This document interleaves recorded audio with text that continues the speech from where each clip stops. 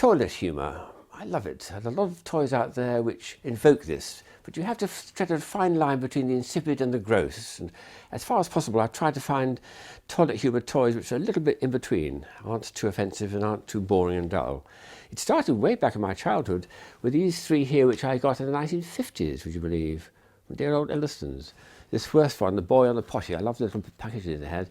The idea was to put him on the potty, but if you had the thing upside down when you handed it to your friend, it would fall off because there were magnets inside. And they'd have to discover that the little pot needed to be turned over, and then the magnet was the right way up, he would sit on his potty. A great one for boys collecting toys. This is a clever one too. It's got a bit of alcohol in it. Now if I put my hand here to warm up the back bulb, he pees, just like the mannequin piss statue. Put it back again. The alcohol is very sensitive to the heat of my hand, and now that recharges the little bulb at the back. Bring it forward and you have another little go at peeing. The bubbling boy, he called it. The bubbling boy. And that's a cute little item. And the third one I picked up in his very early days, this is 1950s, was this one here, which was apparently a salutary tale of people who shouldn't drink too much. If you did drink too much, then the sand here represents the beer going down the man's throat. The next morning you'd regret it because, oh, and tilt it up and down comes the sand. Goodness. And that recharges it so you can do it again. Here he's drinking the beer and drinking too much of it. And the next morning, the morning after, he's regretting it. Down comes the sand. So those were very early stuff, and they all appeared in this marvellous catalogue, Elliston, which I just loved. It was my Bible as a small boy. It's got the most wonderful range of nonsense stuff in the 1950s, and inside were pages upon pages of wonderful items costing just pocket money. Except at the back of the catalogue, they did include one or two rather expensive items, including this one here, which I'd love to get hold of, which is a musical toilet roll. Oh, but 69 shillings in those days, well, it's a lot of money nowadays. I just couldn't afford it. So sadly, I have to wait until my adult life. And now I finally have got a toilet roll holder. It doesn't play music, but it does something quite sweet. And this is the one I've just taken off my wall this morning from my own bathroom. As I pull it, this little sailor cycles backwards. That's because I prefer to have the toilet roll going over the top. Some people have it underneath. But it's been sculpted by this friend who gave it to me on my birthday many years ago now to make it look a little bit like me. I quite like it. So this is what I see every day, myself, cycling backwards on a motorcycle. Yes. So on toilet paper, there's a big range of toilet paper out there. There's a tiny one I picked up in Japan for people with, I suppose, very small back size. And there's one I picked up in America for very large back size. Goodness me. Never used these, as you can see, they're still unopened. There's a huge range of toilet paper which is printed. The only one I've got to hand was one saying Merry Christmas. But there's crosswords, there's puzzles, there's poetry, there's banknotes, there's everything you can think of, all printed onto bathroom tissue. And this is just one little example of what you can get. Then getting a little bit cleverer, we've got this one here, which is supposedly non-tear.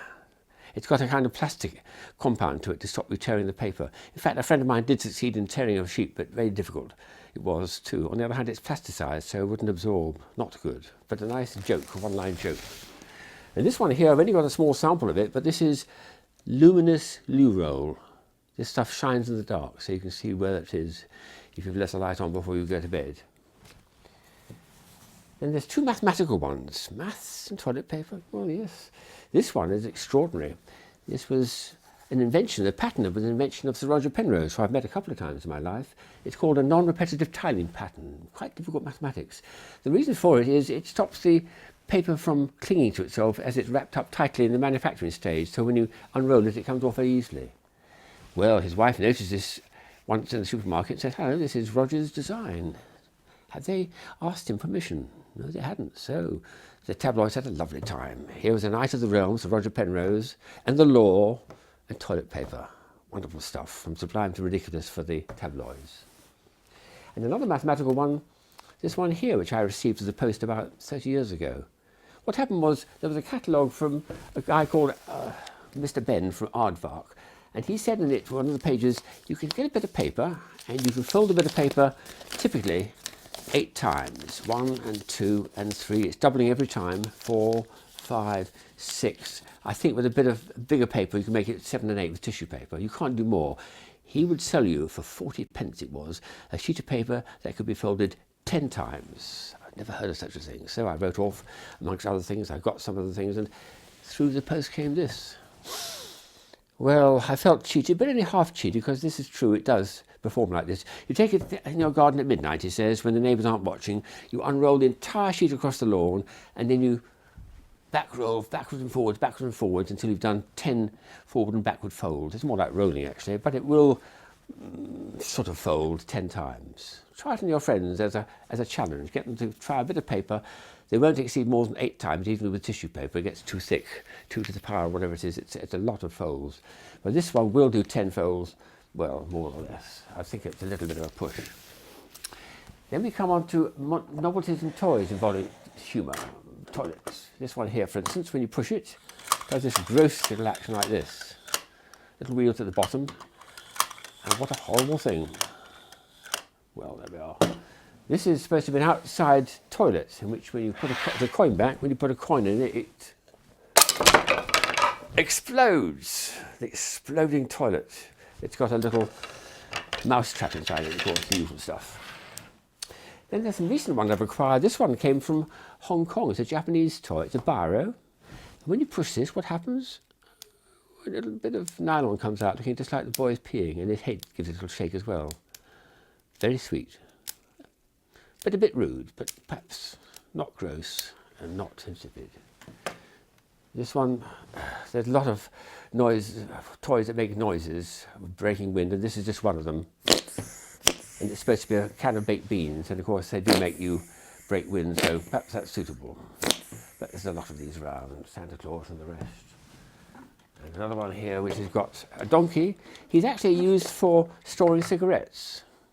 But to get to the cigarettes, to dispense it, all you do is you waggle his ears like this and push him backwards, and out comes a cigarette out of his backside, and then you can take it out to smoke.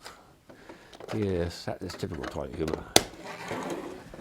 Then there's some very clever artwork in toilets, which I do like. This one, for instance, is a famous picture of the endless landscape, which Sir Roger Penrose was involved, I think, in some of the original concept for this one.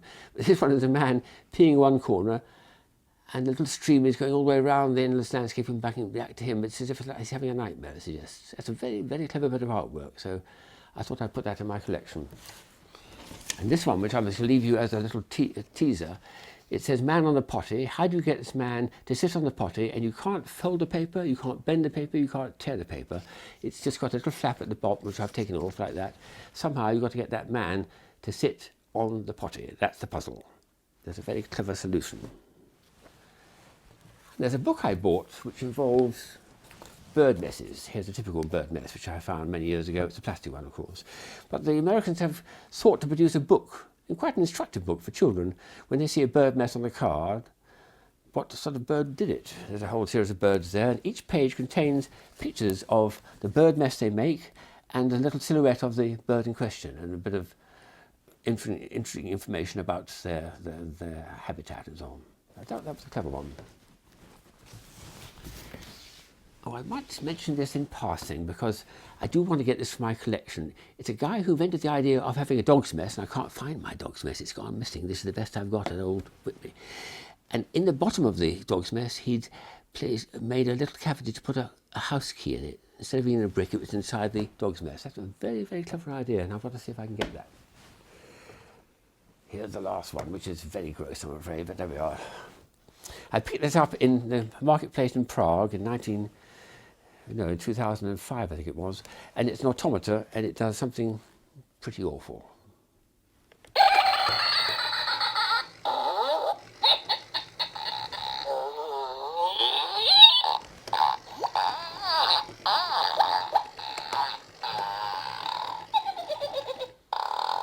Ooh.